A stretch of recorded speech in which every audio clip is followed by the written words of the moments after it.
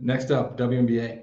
We are in the thick of it. It's a new playoff format. Before it Yeah. was single elimination, 1-1, then 5-5, and now it's best of three. And this is actually pretty interesting. Before we get into the games, Sky, Sun, and Aces, Storm. Kurt, this is like fascinating because you know that the NBA always looks at the WNBA as far as like kind of testing new models, right? Like the whole concept of playing game, single elimination, Right. the concept of the Commissioner's Cup and in-season tournament, much like European soccer, and then this concept of, well, like, okay, what if they're seeding that is completely unrelated to conferences, but rather with highest winning percentage?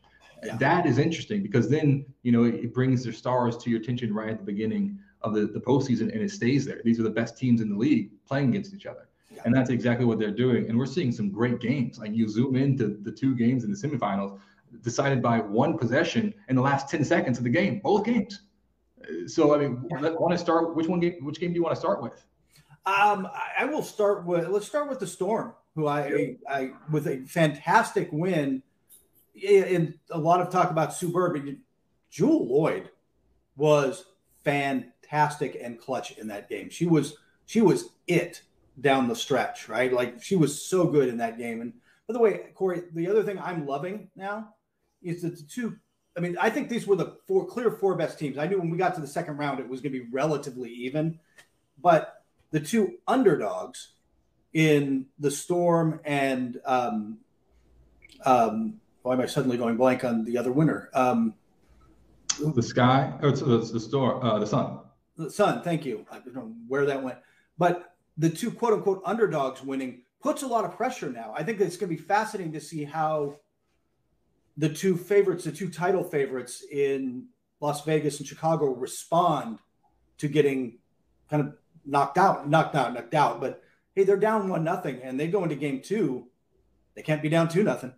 Like, yeah, no. It puts I love best of fives. I know the NBA does best of seven because, money, TV ratings. But I love the idea of best of five because just for that reason, you get an upset in game one and suddenly it's on. Like it puts a lot of pressure on. You look at the past series, with the Chicago Sky playing the New York Liberty. Yeah, upset on the road. Yep. And then, well, how do you respond to that when the next game you could be sent home? And then they actually ended up routing almost, I think it was 38 points, the Liberty, and then coming back. So that's the one thing that this Chicago Sky team they have resilience. Last year, the same thing. They were a 500 team that came in the playoffs and then won.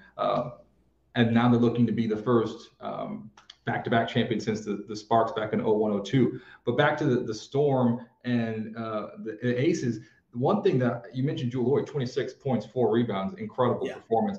I absolutely love watching Sue Bird play because what she does so well, it's like you watch how many people run the floor and the outlet passing. I'm a nerd for outlet passing. It's something like Sue Bird is always looking up. She's always glancing. And the amount of easy buckets for Brianna Stewart is just wild. I mean, if you're a big playing with Sue Bird, just as soon as the ball's up in the air and you see one of your teammates go get it, run the floor, and you're going to get 8 to 10 points just doing that. There are guys. I mean, your pickup game at the gym at Notre Dame or at the YMCA wherever you live, you play and you see the one guy who sets everybody up, the guy who really does find the passes, and everybody runs harder. Everybody's like, "Oh, that guy's good at passing. That guy sets people up. If I move, I will get rewarded," right? And so suddenly there's all this. You see it in the NBA even with bigs like Jokic, right? Like everybody will move around Jokic because they know he'll find them, right? Sue Bird absolutely has that effect. That team plays hard around her in the half court and, like you said, running the floor and out in transition because she's going to find them. She's going to reward them. And then that becomes its own thing on the team, right? Like suddenly everybody wants to move. Everybody's passing the ball and you just get beautiful team basketball. And I think you're on to something with this whole like underdog kind of concept of getting the jump on these two teams. The Storm, it's funny because this team, like they've won so many championships. Like Jewell Loyd is the champion, Sue Bird is like the ultimate champion, and Brianna Stewart, I think only lost 5 games in college. She's like one of the best players ever to play basketball. This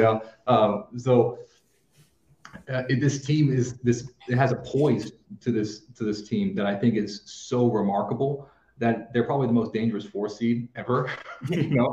But the Las Vegas Aces, one thing I think that I love watching about them is the way that Kelsey Plum has just taken a giant leap forward this year. We've seen flashes of that, after a pretty rough start to her WNBA career with performance and injuries. But the way that she's responded since, basically winning the gold in Tokyo, recovering from her massive injury in record time, winning gold, and then this year putting together just an incredible season, quite frankly, and understanding that it's not about personal performance. I was reading a piece about her recently, and she was saying that I'm over that point in my career where it's about my stats. I don't want to be a great stat stuffer. I want to win. I want to be a great teammate. And you can see that, like the way that the team trusts her. Like she was the one who took that last shot that with the 4 seconds left in the game to give her that opportunity.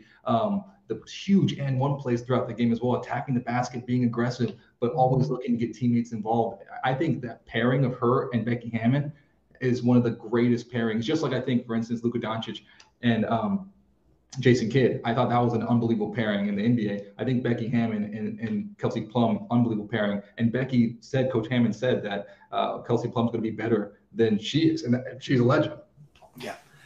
I also think you're going to get A'ja Wilson she's going to come out in game 2 and remind everyone why she's an MVP candidate, and she's going to be doing top. She is. That was not the best Aces offensive game. They've been better about their defense, but they struggled a little to score in that one. I don't know. We'll see. We'll see what happens. That's a good defense they're going up against. Very good defense. But I think we'll see. This is the kind of spot where if you have that kind of talent from Wilson and Plum, and there's other guys, that's a deep team in Las Vegas. Somebody's got to step up. Somebody's got to break through and have the big day. And I think this is where if you're an MVP type candidate, this is your game. You've got to step up and show it. So I expect a big game 2 from her and a big rest of the series. But it's not going to be that easy. That is a tight series. And then on the other side, the Sky, Candace Parker, 15. What? She has been so fantastic. By the way, one of the better defenders to this day in the league, and how she did not make the all-defensive team is kind of confusing to me. Like the all-defensive WNBA all-defensive team came out, and Candace Parker got left off somehow. I'm shafted, looking for the right word there, but I don't know how you leave her off. And it's not that easy to take good defenders off. Trust me, putting together those lists is hard. It kills me every year in the NBA when I think lucky enough to have a vote, but it's difficult. But I don't know how you leave Candace Parker off. She's been so good defensively. Yeah, I mean, she had 2 blocks in the first quarter. Yeah. on round 2, an unbelievable performance, 19 points, 18 rebounds, and also 5 assists. It's just crazy to see how she impacts every single part of the game. And some of those one-on-ones, it's just like, some of the moves that she would do, especially that fadeaway into the corner, I'm just like, wow. How do you guard her? It's like impossible. The one thing I think is really interesting about that Sky team is that Allie Quigley, she, by the way, I think is one of the purest shooters, in basketball, period, like full stop. And she only had 7 points. Courtney Vandersloot, who is an unbelievable point guard, often compared to be like the John Stockton of the WNBA. She didn't even score till the second half. So I think this was not a very good, despite, Candace Parker's unbelievable performance that we mentioned, I don't think it was a very good showing by the Sky, which should concern you if you're the Sun.